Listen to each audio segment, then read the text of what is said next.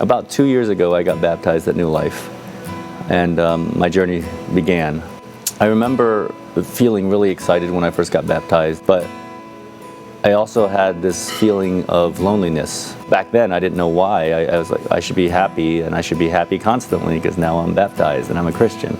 So I started listening to messages online, and I started researching about authentic community. And we got a book called True Spirituality by Chip Ingram, and then we did it as a men's group study. And then I asked the men's group that I'm a part of, do you guys think that we have this? Do we have this authentic community that Chip is talking about? We live at a time where we won't even inconvenience ourselves, let alone die for each other. So when I approached my men's group about that, they agreed that we're not at a place where we have that kind of authentic community. And that troubled me, and I didn't know why. And so I started a search, and I went on a journey looking for authentic community. That answer to prayer came, but the difference is that God flipped the whole thing on me. Instead of me helping someone else, I had people come and flood in. My church came flooding in and helped me in my hour of need. We went on a retreat with about 11 or 12 of us I guess we call it a more retreat. Todd Wilson led the group, and we learned more about ourselves and each other in that one day. I just feel like it just opened my eyes to so much. So I met this guy named Bruce on the retreat, and he's an amazing cook. He cooked our meals that weekend.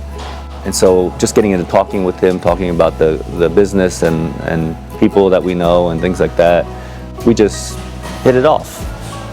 Well, within 1 week, we lost our chef at Julia's, but right before opening, and we were gonna be in trouble fast. So I was texting him and talking to him about it, and I knew he gave up the business like I did many years ago to raise his family. He has 2 young boys and a pregnant wife at home.